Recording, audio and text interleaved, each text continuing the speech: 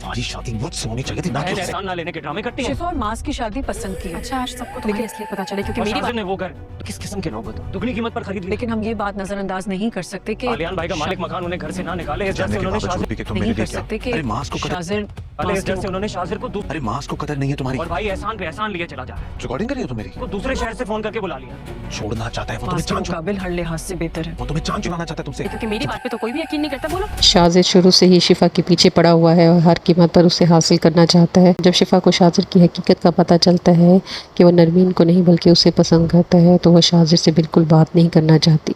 शिफा की ये बेरुखी शाज़र को बिल्कुल बर्दाश्त नहीं होती, इसलिए वो फैसला कर लेता है कि अब वो शिफा को मास से हर हाल में अलग कर लेगा, क्योंकि शाज़र के जहन में सिर्फ एक ही बात होती है कि इसे शिफा को हासिल करना है। सबसे पहले शाज़र शिफा के भाई आलियान को निशाना बनाता है और उसकी नौकरी ख़त्म करवा देता है। आलियान को ऑफिस की तरफ से टर्मिनेशन लेटर मिलता है, जिसके बाद वो शदीद परेशान हो जाता है। लेकिन शाज़र की साजिश अभी ख़त्म नहीं हुई होती। वो आलियान के मालिक मकान के पास जाता है और उसे कहता है कि वो घर इसे बेच दे। मालिक मकान साफ इनकार कर देता है तो शाज़र उसे दुगनी कीमत की पेशकश करता है, लेकिन वो फिर भी घर बेचने के लिए तैयार नहीं होता। आखिरकार शाज़र उसे धमकी देता है कि या तो वो इसे घर बेच दो वरना अपनी जान से हाथ धो बैठोगे। अपनी जान बचाने के लिए मालिक मकान मजबूरन शाज़र को घर बेच देता है और शाज़र इसे ये भी कहता है कि किसी को मालूम नहीं होना चाहिए कि ये घर इसने ख़रीदा है। तो मालिक मकान कहता है ठीक है।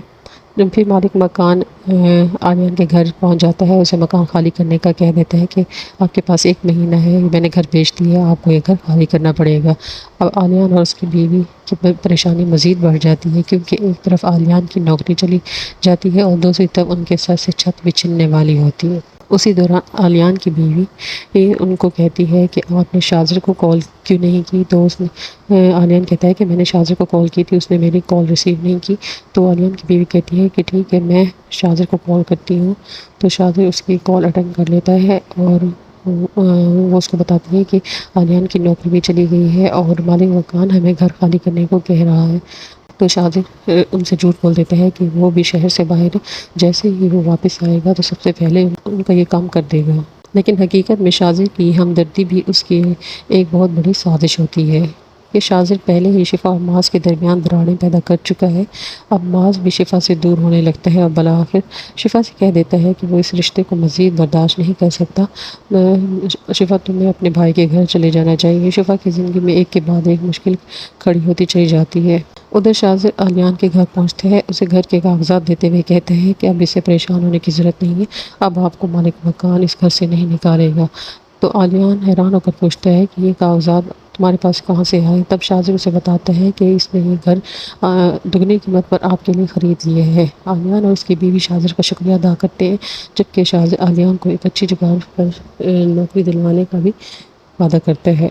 यूँ शाज़र सबकी नज़रों में एक मददगार और हमदर्द इंसान बन जाता है, लेकिन हकीकत में वो शिफा को हासिल करने के लिए उसके ख़ानदान को अपने एहसान तले दबा रहा होता है। दूसरी तरफ मास शिफा को अपने घर से निकाल देता है तो आलियान उसे अपने घर ले आता है। अब शिफा मुकम्मल तौर पर टूट चुकी होती है। इसी दौरान शाज़र भी शिफा से मिलने के लिए आता है और कहता है कि अब तो तुम्हें इस बात का यकीन कर लेना चाहिए कि मास तुम्हारे साथ नहीं रहना चाहता, वो तुमसे हर किस्म का ताल्लुक़ तोड़ना चाहता है।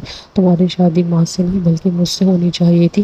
तो शिफा उसको कहती है कि और तुम्हारे दिल में क्या क्या है, आज तुम सारी बातें क्लियर कर दो, क्योंकि मेरी बात पर तो किसी को यकीन नहीं है। शायद तुम्हारे मुँह से ये बातें सुनकर सबको यकीन आ जाए।